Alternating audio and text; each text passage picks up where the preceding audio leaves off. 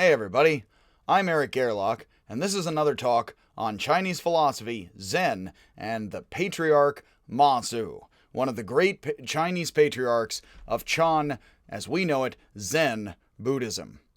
So Mazu is the first to call his school of Buddhism Chan, which we understand is, well, the Chinese for dhyana of India, which means sitting or meditating, and then Chan is a Chinese transliteration of that term, and we know it best by its Japanese name for the school, Zen. Mazu is the first to use, as I've said before in some of these talks, please watch my other talks, on Taoism, Chinese philosophy, as well as Buddhism in India, as well as my talks on Zen. This is one in a series of talks for Buddhist philosophy and Asian philosophy. So Mazu, as stated, is one of the first to refer to the school as Chan, or Zen, as we say by the Japanese, but he actually is borrowing the term, and it's not the only term he uses. Huineng shocked his students by tearing up sutras and saying that the fundamentals of Buddhism don't exist, but we can find the ideas that texts are inferior to their meaning and that things do and don't exist long before Huineng in Buddhist and Indian thought, all the way back to the Vedas and primary Upanishads, and please see my talks on that. Mazu became famous for his, quote, strange words, my words are strange indeed, strange words and extraordinary actions, end quote. Think about Zen, and think about how it is known for weird, strange words and strange actions, as tearing up sutras and sacred texts is one of those of Huineng, and Bodhidharma, well, he turned his back on the emperor and left. But it is with Mazu that Zen became associated with the unexpected and absurd, with strange, silly, and sometimes brutal responses that shock students into direct awareness and open new understandings of reality, the mind, and Buddhist teachings. Again, remember, as stated before, we have Bodhidharma is from India, southern India. He is the supposed first patriarch of Chinese Zen, Chan, because he is coming from India and establishing it in China, even though he is Indian. You then have 4 Chinese minor patriarchs. You then have Huineng, who is the major central early, after Bodhidharma, Chinese native patriarch. You then have Huairong, and then now Mazu. We then have Baizang, Huangbo, and then that leads us to Linji. We are going to focus after Mazu on Linji and then Zhaoshou, who is a contemporary and a slight off-branching of the lineage aside Linji. So we are going to very briefly talk a little bit about Huairong, Baizang, and others, but we are going to focus this talk on Mazu, and then we are going to follow with a talk on Linji. And then Zhaoshou, who I am saving for last because he is quite extraordinary and may have come just before Linji, but I do believe, as I have said before and said again, was talking to people about today, I definitely believe that it is best to look at Zhaoshou as the pinnacle of Tang, Chinese Chan and or Zen, but that you understand him best if you first understand the sermons of Linji and then you see Zhaoshou in the Japanese, as basically Mazu's kind of strange follower. Linji is more like Huineng. He explains everything. Very much. Not entirely, and is still strange, but explains a lot. But more like Mazu, Zhaoshou is someone who likes doing and saying strange, comedic, and mind-turning words. So Huineng taught Huairong, who taught Mazu according to Linji's followers, such that Mazu, the most popular and radical Chan master of his day, was placed in the line of Huineng just as Huineng was placed in the line of Bodhidharma. Mazu taught Baizang, who taught Huangbo, who taught Linji, and Linji's house created the koan records, the new genre of text. It was the Lankavatara Sutra, and now it is the koan collections, increasingly, with the house of Linji coming next. So these koan records cement the lineage of the figures we are discussing. Bodhidharma, Huineng, Mazu, Linji, and Zhaoshou. Joshu, doing and saying strange things that defy common sense. Zen has followed their example for 1,000 years, with master after master presenting their students with the unexpected, counterintuitive, and absurd. This is where pondering the sound of one hand clapping or the tree falling in the forest when no one is around comes from. And we will talk about those specific instances as they arise. They have not arisen just yet, although very similar examples and interrelated examples already have. These recorded sayings, the koan encounters and interviews between masters and students, became the new source of Chan practice and study, serving not only as a historical record of the schools and their lineages, but as philosophical puzzles for contemplation, often done in seated meditation. Again, I learned a lot of valuable things I've mentioned in grad school. One of them was the koan collections is a whole new kind of sacred text that is replacing, in a certain sense, earlier Buddhist texts that remain there, but becomes the central sacred, a new genre of sacred text and religion coming about. Religions are very much based on objects, texts, people. And there's a whole new kind of text coming about, and this kind of text is becoming a whole new wave that is going to become starts becoming a thing in the Tong, where we still are, and then is going to become the Emperor's Court of the Song as the hip thing. By Mazu's time, there was mounting criticism in China of sitting practices, focusing on meditation a lot, thinking that a lot of meditation, or even a lot of philosophical debate, is getting people enlightened, and yet there are these Buddhist schools, and there's a bunch of jerks and fools in these Buddhist schools, and they're not moving very fast ahead as far as they or others think. And that sitting practices had become the goal, but there is criticism of this rather than the means of enlightenment and self-development, diverting the focus of Chan Buddhism. So this is not only Buddhist schools getting criticized, but schools of this related group that are going to, and we can call Proto-Chan, Proto-Zen schools, that are essentially going to be the Zen schools by name, these four patriarchs, etc., as they did and then were made legend, is that just as in Hui Neng's time, there was mounting criticism of studying and reciting the sutras. So they're moving into meditation, but that's also not good enough, so you have these also puzzles as well, also happening. This criticism is found in the story of Mazu's breakthrough into enlightenment, a koan case found itself in the transmission of the lamp, the Blue Cliff Record, and the Gateless Gate. One day, Mazu was sitting in meditation when Master Huairong walked by and noticed that Mazu was having trouble concentrating. So Huairong sat down facing him and began rubbing a tile with his sleeve. Mazu asked, "What are you doing?" And he replies, "I am making a mirror." And Mazu says, "How can you make a mirror? By rubbing a tile, stupid." And Huairong says, "And how can you become a Buddha? By sitting in meditation." Mazu asked, "Then what should I do?" Now, this is sometimes where it cuts off. In fact, as we will talk about, different schools of later Zen in Vietnam and Korea and others, they believe in more or less of the context around the turning word. So actually, sometimes it cuts off right here.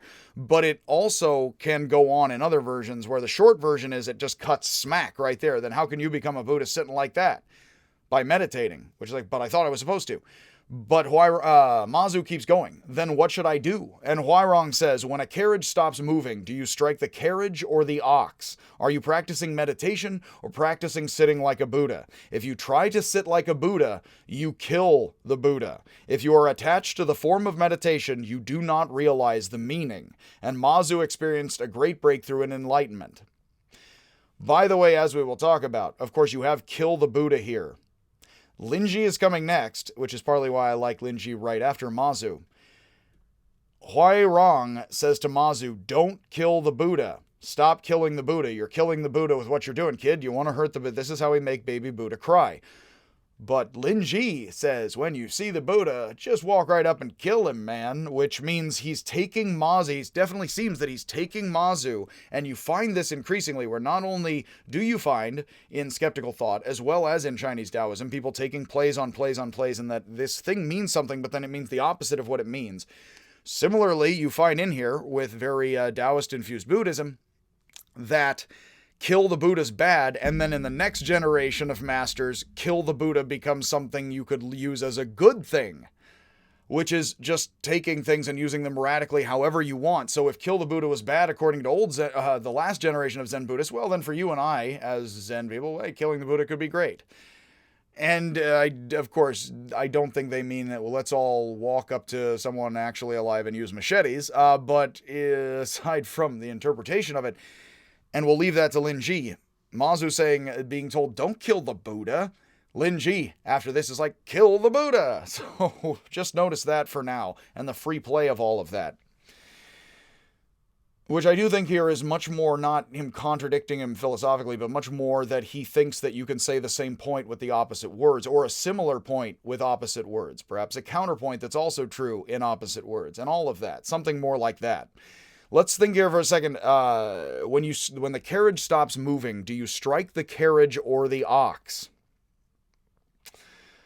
Well, if you're practicing a certain form of things, and if you are supposed to deeply appreciate or be aware of formlessness in things, then if you are doubling down on a form, you are actually mistaking that the thing leading the form is the formlessness of mind. As the Taoist quote goes of the Tao, I'm spacing on the name again. There is no mastering any form of mind without mindlessness. So it is the mindlessness and the openness that allows for the forms, which is very consistent with the Taoism and very consistent with the Chinese Buddhism. So, and the patriarchs before here. So, if you are focusing on meditation to meditate, rather than getting into a whole way of being and then also meditating, then you are focusing on meditation alone, thinking that you are not already something, and like a tile, you are going to become a mirror, when in fact, you actually are already the mirror. Here, he's not a tile who can't ever be enlightened. He's like, well, then what do I do?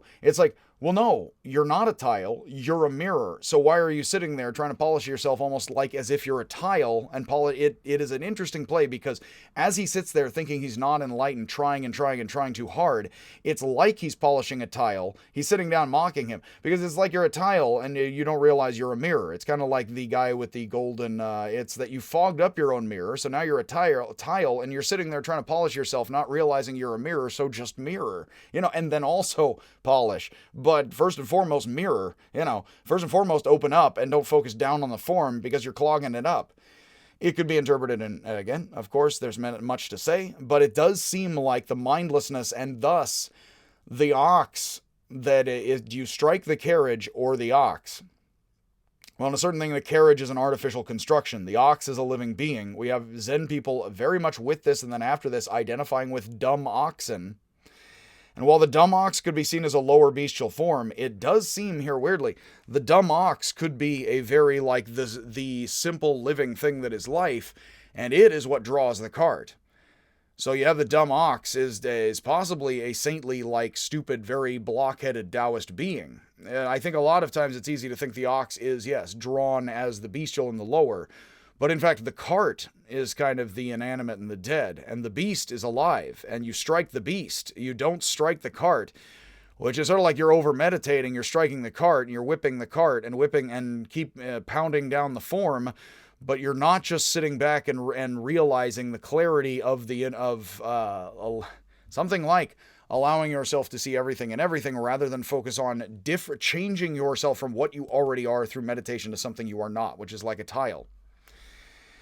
If you are attached to the form of meditation, you do not realize the meaning. So just as the Buddha was critical of the Jains for trying to get rid of the self, Huairong was critical of Mazu for trying to get rid of what he thought what he was through meditation. Again, like Shen Xiu, he seems to not like what he is and thinks he needs to be different, when in fact the proper attitude is to be somewhat patient with oneself and to say, well, I am what I am, and so I'm slowly, because something like that, rather than fret and say, well, I shouldn't be what I am, which is like fretfully polishing a tile, or happily in order to tick everybody off while mocking them. So Huairong was critical of Mazu for trying to get rid of what he was by meditation or anything else, which was causing him visible anxiety, when meditation is a way of accepting, perceiving, and understanding what we are, and acceptance of everything as it is. Mazu may have indeed prepared the way for his enlightenment by training himself with meditation, but it was Huairong's words, this is turning words and sudden enlightenment and breakthrough, another example of this, that pushed him to a breakthrough. Sitting like with Hui Meng from Hui Neng. I think I forgot to mention, Hui Ming, actually a confusingly similar name, I forgot to mention. He changed his name because it was too similar to Hui Neng. I forget what he changed it to. I should have that. I have that in the last notes, and I think I skipped over it. So sitting is useful as a tool, but just as Bodhidharma stared at walls of the cave, it is through interactions between master and student that the student is taught and tested. And actually that we hear of the master ever at all, as mere mortals here. When Mazu was master of his own monastery, the monk said he strode around like a bull and glared around at people like a tiger.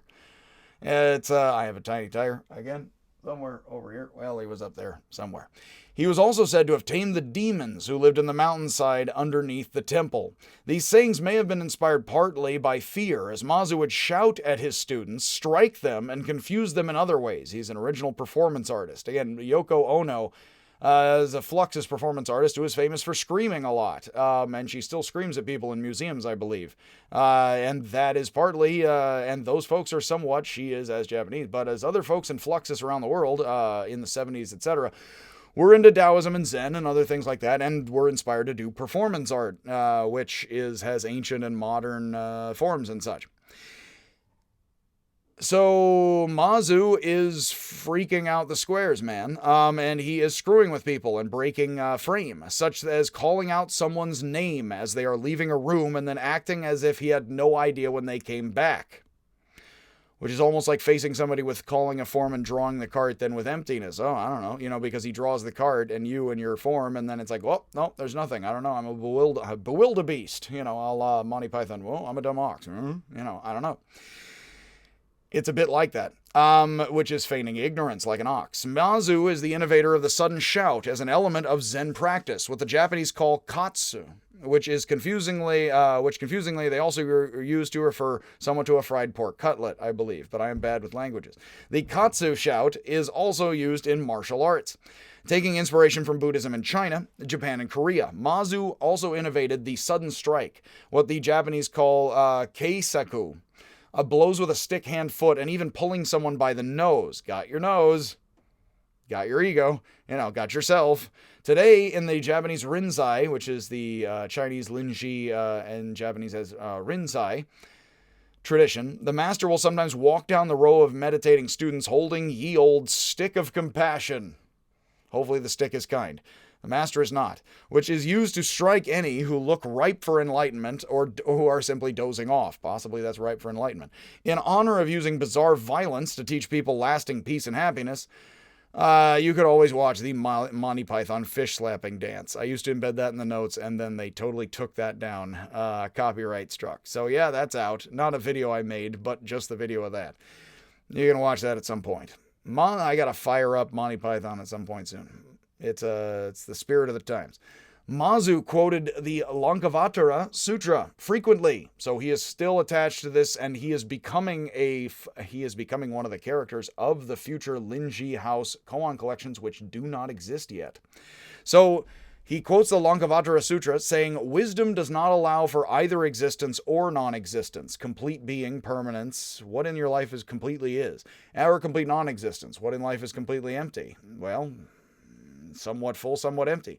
Mazu, like the koan, the mind is the Buddha. Here it would not be possibly a koan so much as a focusing set of words, and then these would probably be called koan by gongan in Chinese by later folks, because again, Mazu only calls this chant somewhat.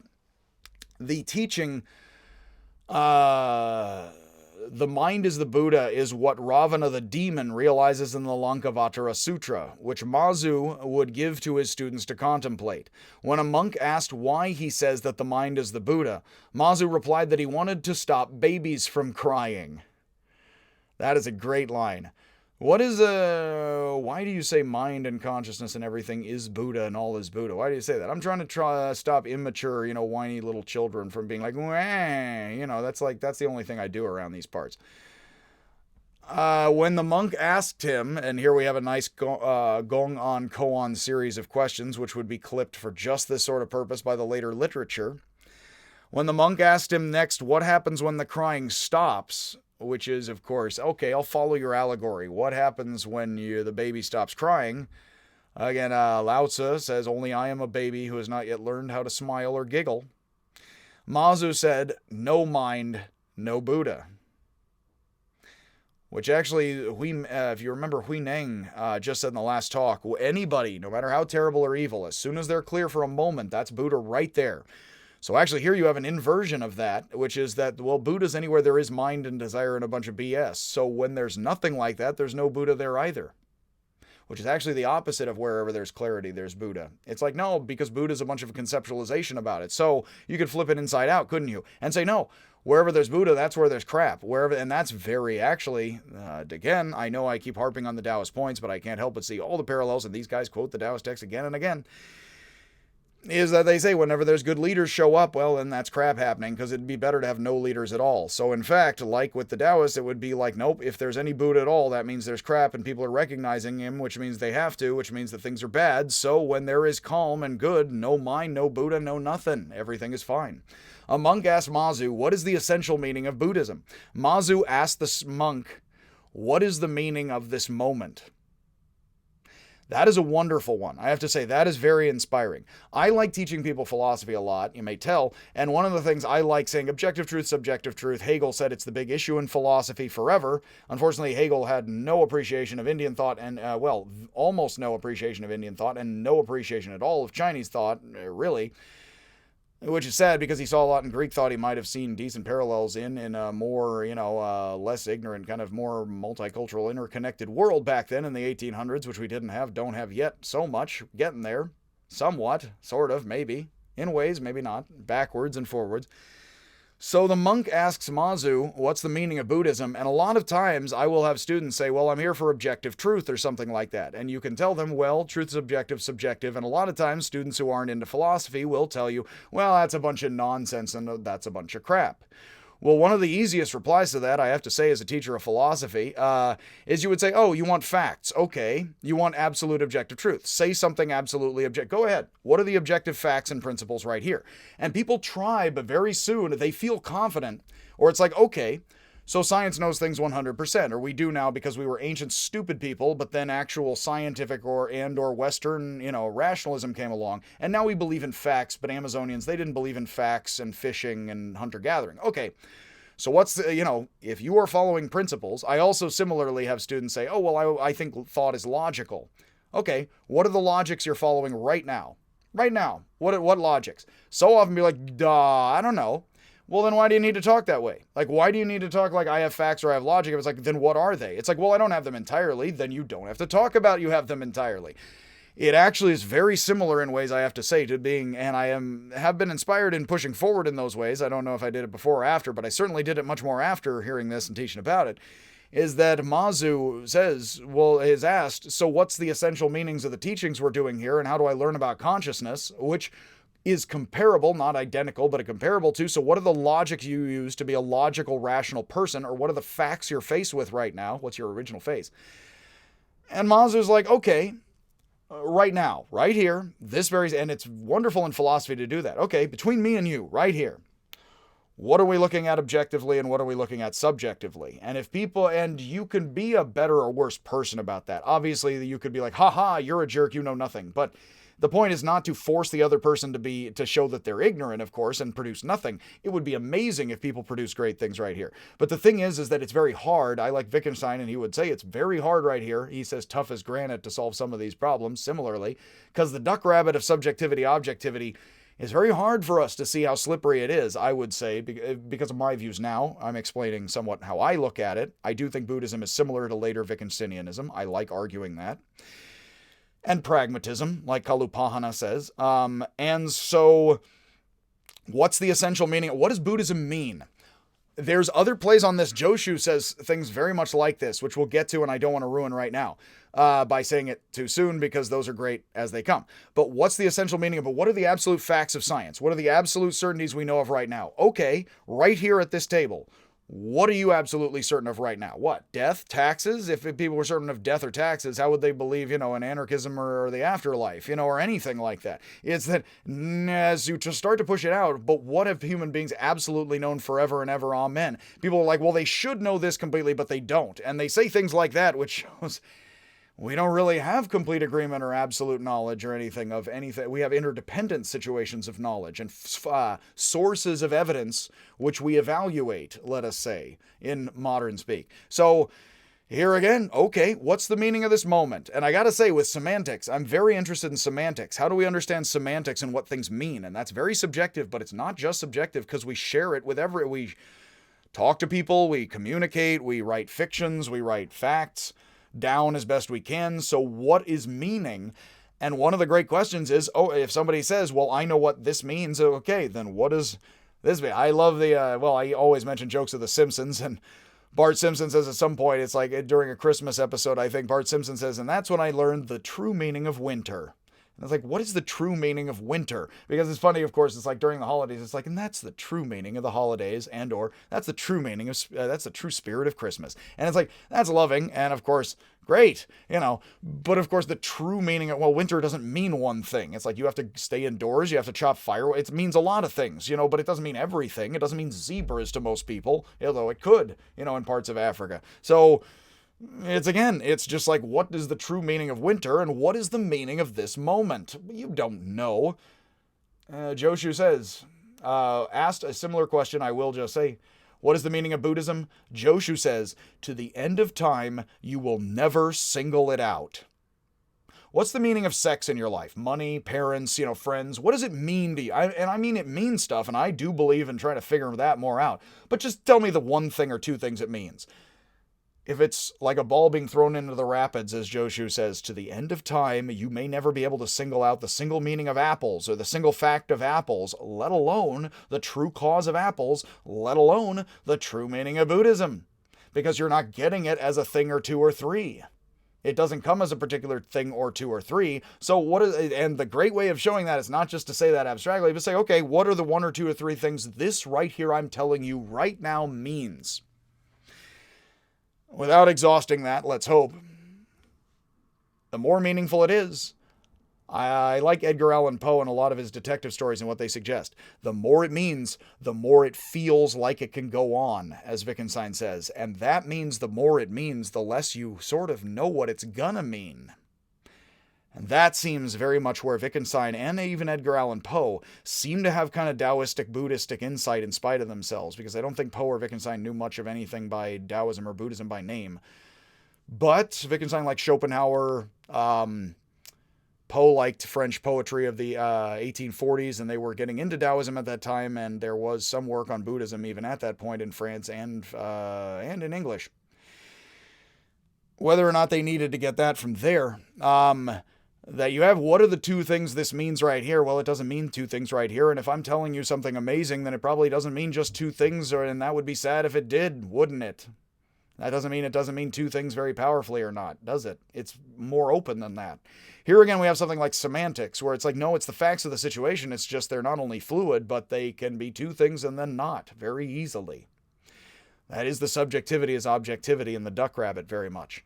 So Mazu said in his sermons that the mind is of the same age as empty space. Now that's your original face. Empty space, everything's empty space, that's Huineng's sermons. And then him teaching Huimeng is original face. And then we have, so original face, empty space, clarity of mind behind your face, and all the physical and the mental of all of that. Mazu student Shi Kung asked a monk if he knew how to grasp empty space, and the monk said yes and made several grasping gestures in empty space. Shi Kung put his fingers in the monk's nostrils and pulled, causing the monk to cry out, and said, "That is how you grasp empty space. Where there's mind, there's Buddha. No mind, no Buddha." And so that's when I jerk you out of your context and something back that way. That, calling someone's name like Mazu, when they're what? Well, I don't know. That is how you yank somebody into mind or out of space or into another space. There's lots of plays on that later. One of the, there is a wonderful line from a latter koan collection that says, what is the meaning of Buddhism? And the master, he has a name very particular. I am spacing a bit. Mind is empty space. He says, it is like trying to grasp a pillow behind your head in the middle of the night.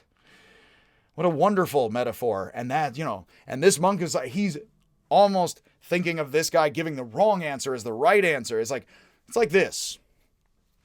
What is, Joshu says, you're questioning me as the depth of the deep. What is grasping things? Well, it's kind of like this, That's not like that. You know what I mean? That is a grad. There's lots of goods and bads and goods, then it's bad, then it's good, and you can find a case where you could use what was bad as good, and they are playing on that kind of thing constantly if you pay attention. What was bad, now somebody's going to use that very same thing as good, which is very free play with things. I again say that is much more characteristic of Taoism even than Indian Buddhism and other schools of Chinese Buddhism. It does seem it. So Mazu was walking with Bai Zhang. This is a play on the same case here we just had of grabbing the nose. When they heard, it's a better one too. I like this idea. It's slapstick Stooges goodness. With when they heard the cry of a wild duck, you know, that's maybe that's a limping cougar. You know, that's some sort of what? I don't know. I do a better turkey, but I'm not going to do that here. It's too late in the season. Mazu asked, "Where did the sound go?" Where the sound went. Bai Zhang said, "It has flown away," like a duck. Mazu grabs Bai Zhang's nose, twists it. Bai Zhang goes, "Ah!" And Mazu says, "And you said it had flown away." The sound's still here whenever you sort of want it to be. Sort of like mind still here or not, or Buddha still here or not, as mind disturbed or mind clear whenever you want or have it, you know? And then it's here. Disturbed mind is here. Buddha's here with disturbed mind. Then clear mind's here. There's no Buddha either there. You know, that there's plays on, there's similar themes here that are very simple, that are clearly overlapping and contradicting. It is also characterized by the free play of what was bad now is good and such things. I think those are the insights you can grasp if you stare at this and little else for a long while. You would notice the similarities and dissimilarities of these same plays, and that these guys are not being consistent, but they're being virtuosos in being inconsistent, but they're using simple pieces to do simple things very freely. This is the 53rd case in the Blue Cliff Record Gong'an collection. Mazu was asked how he was feeling just before his death. We have the final words of many of these patriarchs are collected. We didn't go over Bodhidharma or Huineng's. And Mazu replies famously, which is another Gong'an case, "Sun-face Buddha, moon-face Buddha," as his final words. Now, I definitely, in hearing that, I thought, oh yeah, good and bad, like sunny and shady, or something like that. It says in the footnotes of the text, and the scholars point out, that according to Buddhist cosmology, this does essentially mean something like 10,000 years a single month. Large cycle, small cycle, because a sun cycle is 10,000 years, or a kalpa in Buddhism, and a moon cycle, well, ask the lady people, that is a single month, or 4 weeks, or 28 days. Large cycle, small cycle, a bit of the Tao and the circlings of the seasons here with the yin-yang school and the Taoists. He is saying long time, short time, basically. So how are you feeling, guy who's dying and we're worried you're going to die here, in a second? He's like, 10,000 years, a month, and then he kicks it. And then he keels over or dies seated in meditation, which is more noble there, and probably the story and legend. This is the 3rd case of the very famous Blue Cliff Record. All right.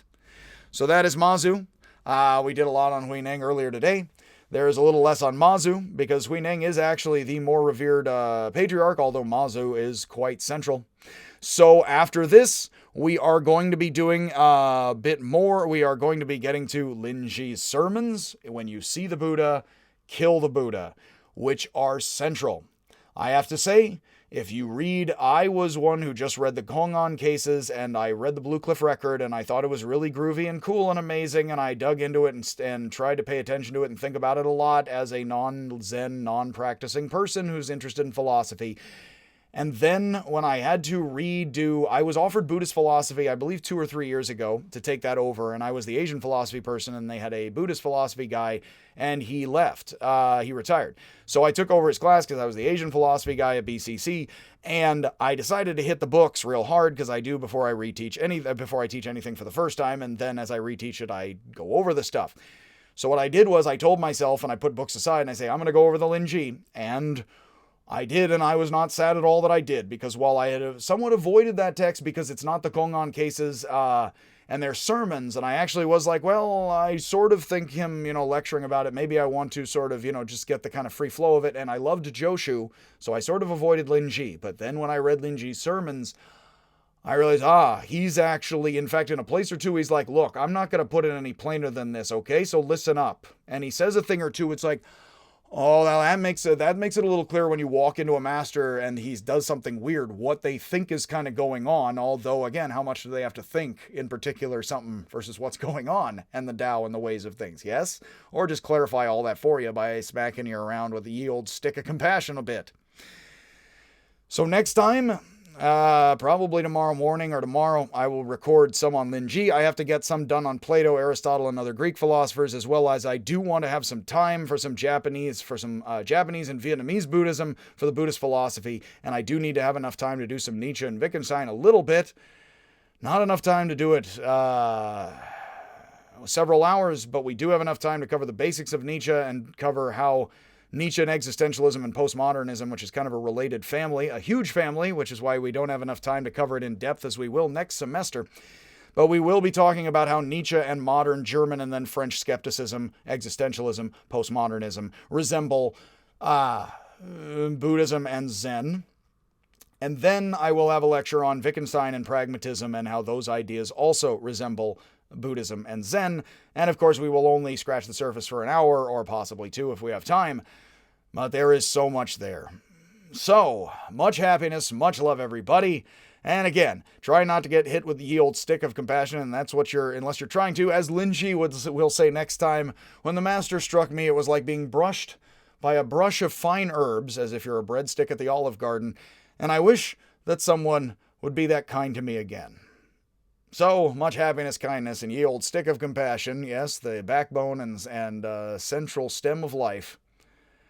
And again, I will see you if I ever see you.